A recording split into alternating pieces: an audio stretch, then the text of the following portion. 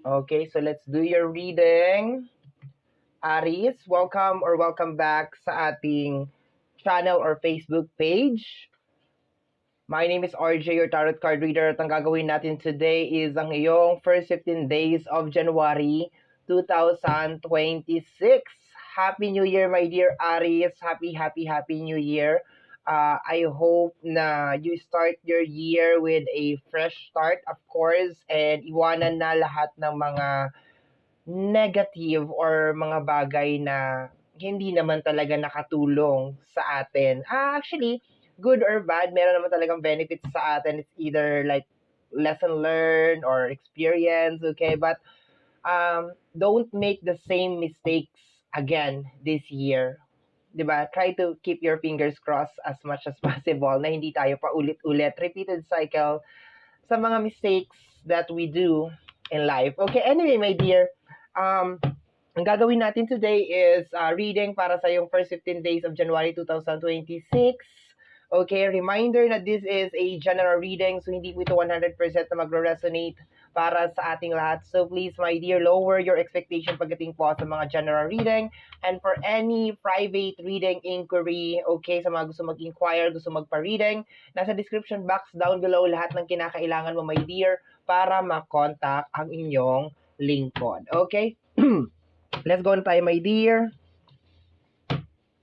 Okay. Sa dami-dami ng card na hawak ko ngayon, isa lang ang kukunin ko dito. Okay, let me see. This is for Aries. Okay, and later na natin yan bubuksan. Okay, later sa bandang dulo ng ating video. Okay, so 8 cards in total. Aries.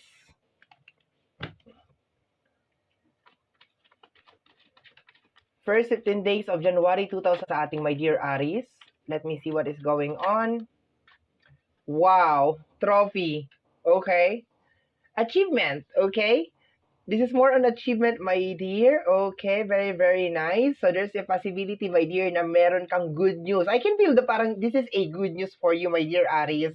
Parang achievement, parang masasabi mo sa sarili mo na, I made it, I did it, okay, parang ganon. To the point, my dear, that masisilayan mo ang 2026 after lahat ng nangyari ngayong taon, nitong nakaraan ng taon ng 2025, okay, this past year na 2025, actually, habang ginagawa ko itong reading na to is 2025 pa rin, habang, kung ano may nangyari ngayong taon na 2025, to the point that you survive it and you made it to 2026, that is considered as a trophy, and congratulations for that. Pero, there's a possibility, my dear, na baka meron pang mas bigger achievement or bigger accomplishments sa first 15 days of January 2026. Very, very nice. Okay, we have here. Kung makikita mo, may dalawang kamay dyan, and yung isa is like, may hawak siya na singsing. Okay. That is a, separation. Okay, maliwanag naman that is a separation. Okay.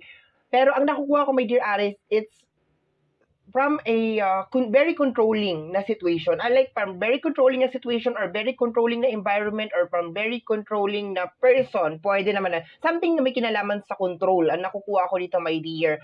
And you are free from that very controlling na energy. You are free, makakalaya ka na dun sa very controlling na energy na yon, makakahinga ka na. Posibleng may mga separation over here, I don't know. Pero, hindi siya nagdudulot ng sad na energy sa'yo. Kasi kung titingnan mo, my dear, tong card na to, hindi naman siya malungkot. Like, this person is very, very happy. Okay? So, from a very controlling na energy, something na kinokontrol ka, my dear, and you are free. Okay? Parang na-break mo yung code or something like that, my dear Aries. And, yeah. Kasi minsan pag tinitingnan natin yung trophy, nakafocus lang talaga tayo sa achievement, pera, 'di ba? Pero na disregard natin, my dear Aries, yung mga like you break the code, you finally understand it, nakaalis ka sa isang very controlling na tao or environment, nakaalis ka sa lugar na 'yan. You break the code kung paano mo maaayos yung buhay mo. You break the code kung paano ka makakaalis sa isang financial problem, okay? You break the code. That's what I'm getting over here. It's just like parang isang kandado, my dear, na napakatagal mo na, my dear, na binubuksan, that you finally find the key or you break the code of that padlock. Yun na nakukuha ko, my dear. Okay, let me see. 8 cards, Aries. Once again, reading mo ito para sa yung first 15 days of January 2026, Aries.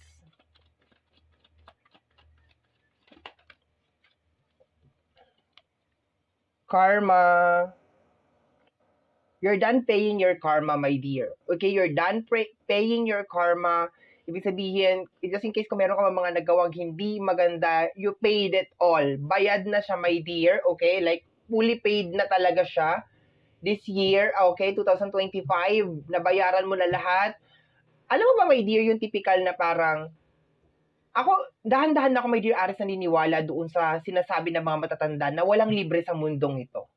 Lahat came with the price. And kagaya nga ng sinasabi ko sa iyo kanina, my dear Aris, it's not all about the money. It's not all about yung para pumunta ka sa isang sari-sari store and then meron kang kinuha and then naglabas ka ng pera sa bulsa mo. I think it's more on yung mga suffering na pinagdadaanan mo, my dear, ngayong taon na to 2025.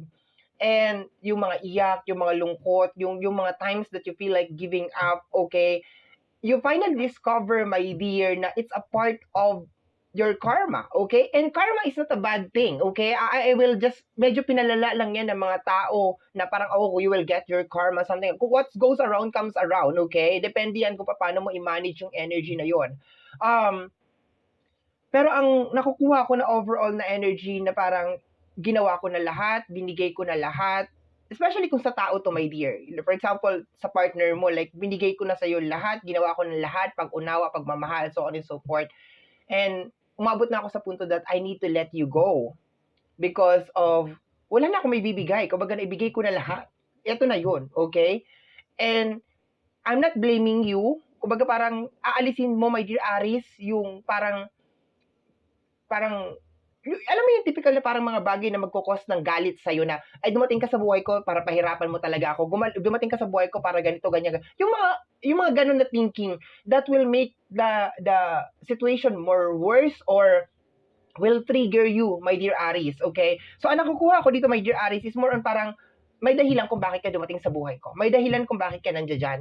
And ngayon ko naiintindihan to. 2026, first 15 days of January, is naiintindihan mo kung bakit kayo pinagtagpo ng isang tao, kung bakit to nangyari, kung bakit, bakit ka dumaan sa daan na yon, bakit ganun yung eksaktong senaryo na nangyari sa'yo.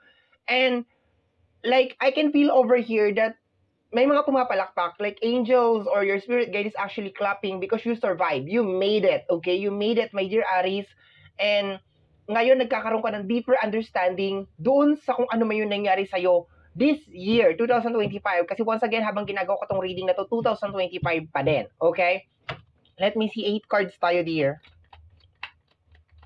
I'm starting to love this card, okay? Dati ayoko tong card na to.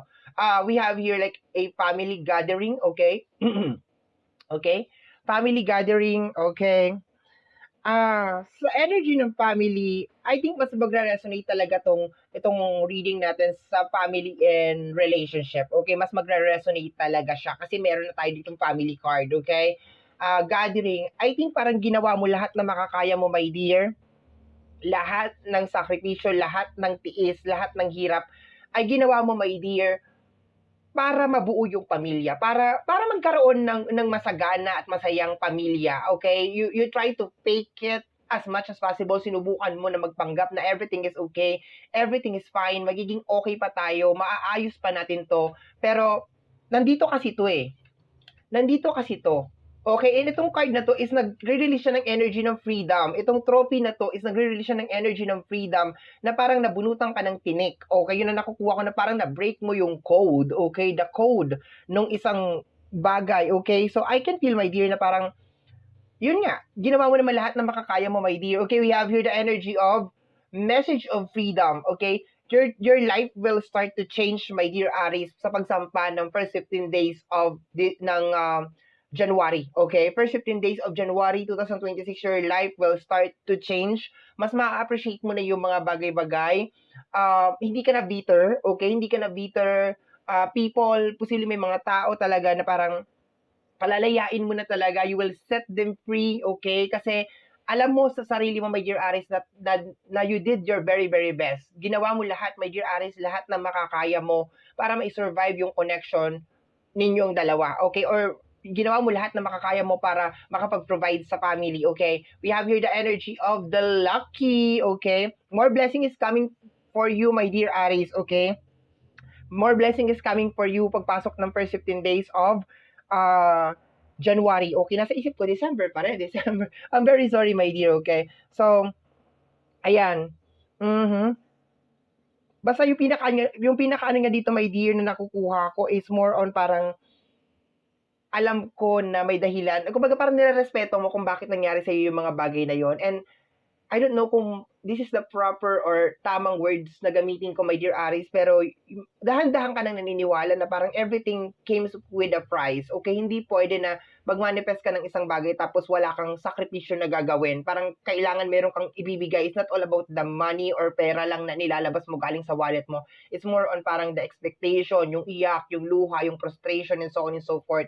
And ang nakukuha ko dito, my dear Aries, is you did it all. Ibig sabihin, nangyari sa'yo lahat yon ngayong 2025.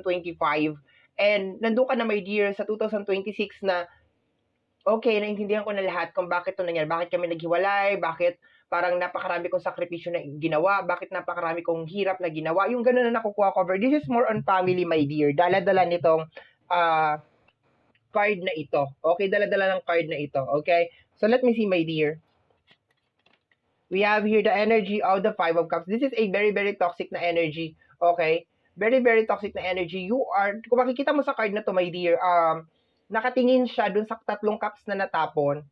Ibig sabihin, meron kang taong nakakausap or meron kang taong nakakasalamuha, my dear, na masyado nang hina-highlight yung mga bagay na wala sa'yo. Okay? Kumbaga parang dami-dami nga siguro hinahanap or wala na siya nakitang maganda na ginawa mo. Okay?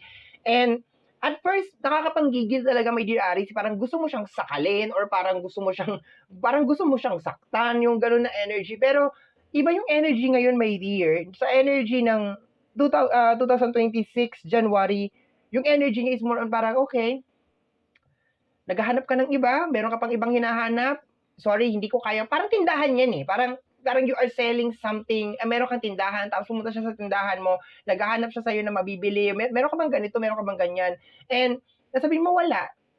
Imbes na parang mag-recommend, alam mo parang typical na parang sumama yung loob mo na bumili siya sa ibang tindahan or something like that. Yung parang typical na parang ikaw mismo yung nag-recommend na try mo dun sa dulo, baka meron siya doon, baka meron siya nung hinahanap mo doon kasi kompleto yung paninda niya doon. It's something like that. It is more on a very, very free na spirit na parang walang bitterness, walang hate. Okay, it's just more on parang tinatanggap mo lang talaga, my dear Aries, na okay, wala ako nung bagay na yan eh. So, bakit di mo hanapin sa iba? Bakit you're trying to pressure me na parang mag-provide nitong mga bagay na gusto mo? Eh, hindi ko naman nakaya. And I think, provide ko naman na dapat, yung mga dapat kong i-provide, ginawa ko na yung mga dapat kong gawin. Okay, that is the perfect words. Na parang ginawa ko na yung dapat kong gawin. It is just more on, hindi ka lang talaga marunong makontento. And that's it. Bahala ka na. Hanapin mo sa iba kung ano yung hinahanap mo.